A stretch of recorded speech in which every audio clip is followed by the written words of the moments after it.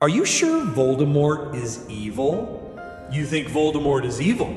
A noseless man in black robes, killing without hesitation, splitting his soul into 7 pieces like chopping pork at the market?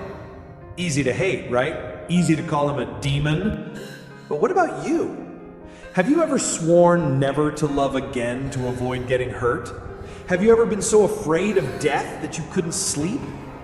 Have you ever craved power just so you wouldn't tremble under someone's scornful gaze?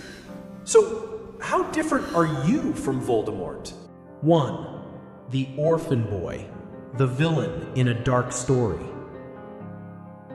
Have you ever wondered how a child grows up if no one ever hugs them? The London sky was gloomy. A relentless rain swept over the stone rooftops, dripping onto the old glass window of an orphanage.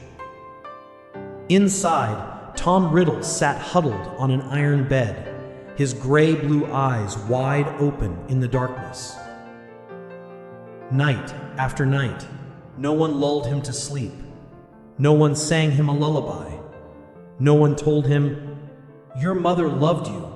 Your father will return." When other children received letters from their parents with crumbled cookies tucked inside, Tom only received silence. No one visited him on his birthday. No one called him Tommy in a loving voice. Do you know the worst part of Tom's childhood? Not hunger, not bullying, but the chilling emptiness of being unloved, making him believe he was unworthy of love. Tom realized he was different when his anger could kill his roommate's rabbit, when objects flew around uncontrollably. When the orphanage caretaker looked at him with fear, Tom felt powerful for the first time.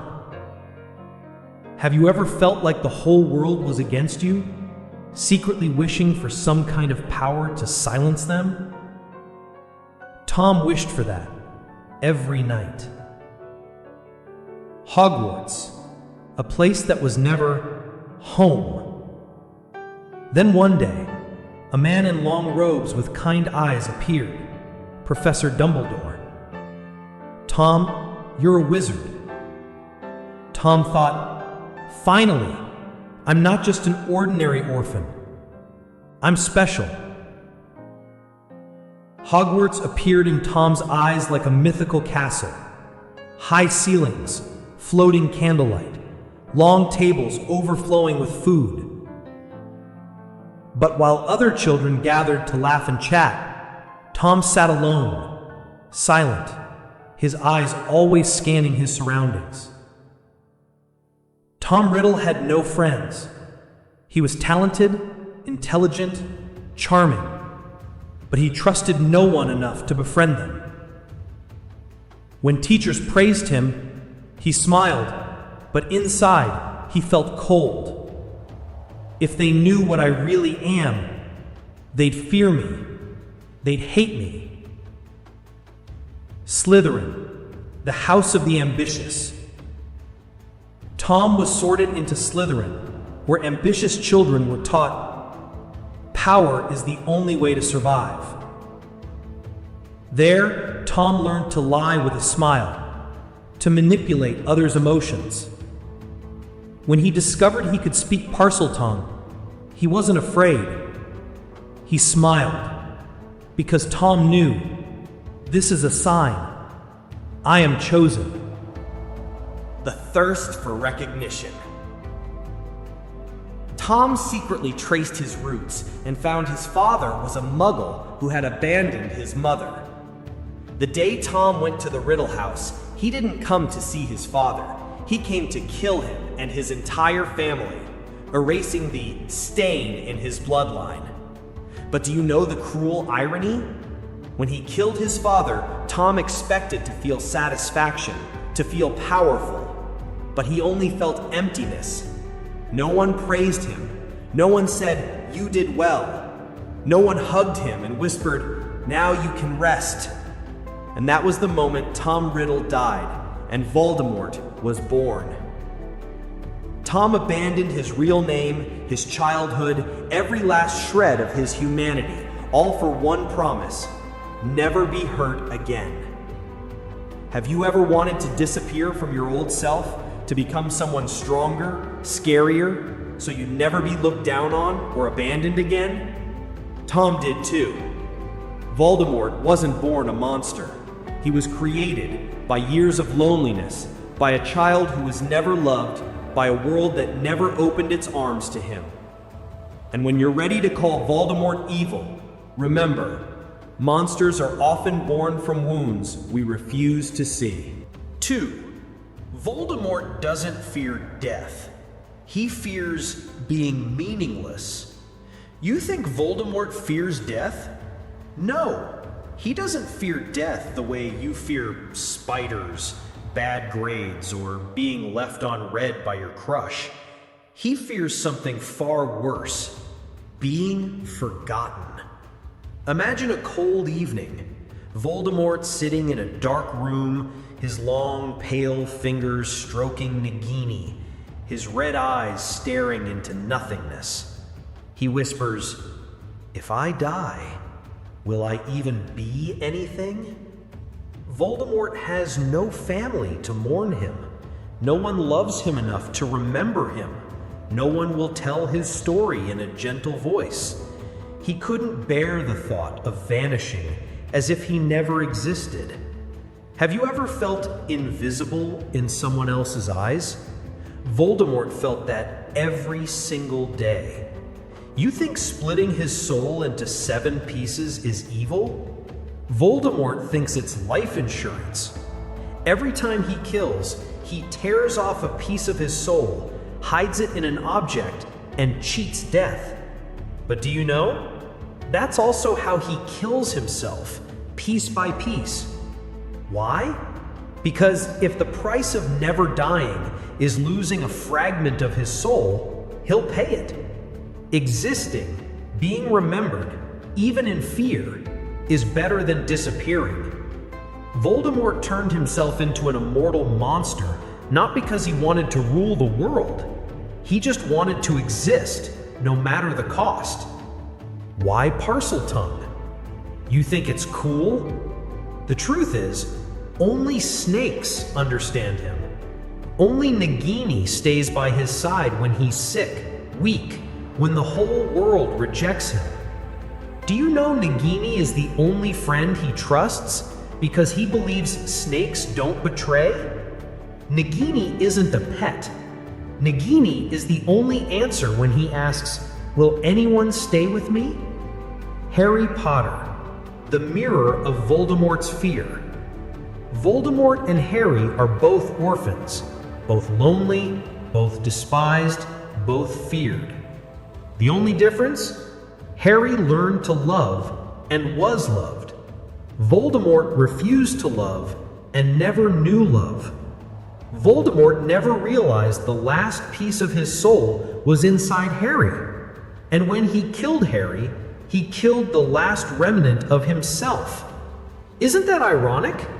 He spent his life running from death, only to end up killing himself. Voldemort doesn't fear death. He fears being forgotten. He doesn't want power just to rule. He wants power so people will remember him, fear him, whisper his name in the dark. Have you ever wanted success not out of passion, but to prove everyone who ever looked down on you wrong? Voldemort did too. He wasn't afraid of becoming a monster, as long as he wasn't no one. 3. Decoded. Voldemort, monster or a child who was never loved? Have you ever thought Voldemort was the embodiment of pure evil, a dark lord without a soul? Wrong. Voldemort was an orphan boy who was never loved, never held, never told, "I'm proud of you. I have no one." He was the product of a love potion-induced relationship. He was born without love, grew up without love, and died without love. Do you know what's scarier than an evil person? Someone who believes the world never loved them, so they refused to love anyone back. Voldemort feared love, but also craved it. Why did he fear Dumbledore? Because Dumbledore saw through him, past the arrogance, past the ambition, and saw a lonely boy named Tom Riddle. And Voldemort hated being seen, because if he was, he wouldn't be the Dark Lord anymore, just a trembling orphan. Horcruxes, the containers of fear. Horcruxes aren't symbols of evil. They're symbols of the fear of death, of being forgotten, of losing everything. To avoid death, he killed. To avoid disappearing, he tore his own soul apart.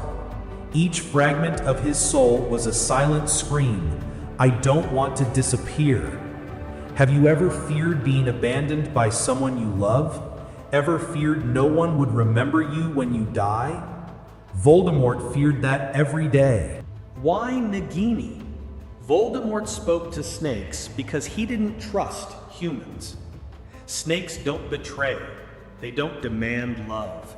They don't look at him with pity.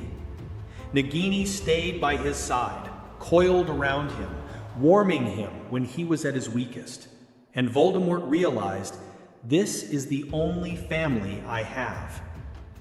Harry Potter, the mirror Voldemort couldn't face.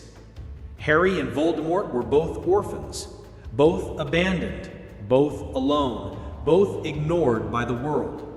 The biggest difference? Harry knew love and was loved. Voldemort rejected love because love meant weakness. Voldemort couldn't understand why Lily Potter sacrificed herself for Harry. He couldn't fathom why Harry would die for his friends, because Voldemort didn't believe love was real. Monster, or a reminder of our own invisibility. If Tom Riddle had been held as a child, if someone had looked into his eyes and said, "You are worthy of love," would Voldemort have existed? Do you know how many Tom Riddles are growing up lonely right now? How many children sit silently in classrooms, dreaming of a world where someone cares? Voldemort is the monster we create when we ignore children who need love. Voldemort isn't innocent, but he's pitiable. Don't misunderstand. He chose the path of evil. He killed. He spread fear. He tore his own soul apart and turned himself into a monster. But he wasn't born a monster. He was made by neglect, by days without love, by the fear of meaninglessness that slowly killed the last traces of his humanity. When you look at Voldemort and think, this is evil, remember, before he was Voldemort, he was just Tom Riddle, sitting silently in the dark, wishing for love, just once. 4. Voldemort immortal, but never truly alive. You know what? Voldemort did everything to never die, but he never learned how to live. He killed, split his soul, spread fear, seized power. He made himself the Dark Lord so no one would dare forget him. But in the end, when he died, no tears were shed for him. No one kept a place for him in their heart. Voldemort wanted immortality, but in the end, immortality didn't mean living forever. It meant being trapped forever in loneliness. Have you ever feared death? Voldemort feared meaninglessness more than death, but he never understood. The only way to truly exist is to love and be loved. Voldemort wasn't born evil. He was born a child desperate for love, but he chose the wrong way to be seen. And do you know the cruelest joke? He was so afraid he couldn't even say his real name, Tom Riddle. He wanted the world to tremble at his name, but in the end, Voldemort was just an empty name hiding a lost boy. Voldemort isn't a warning about evil. He's a warning to those who choose power over love, fear over connection, and think being remembered in fear is the same as existing. If you're running from your own fear of being invisible, If you think you must do anything to be remembered, remember, Voldemort did that, and he never truly lived a single day of his life. Don't be Voldemort. Learn to love before you learn to be remembered.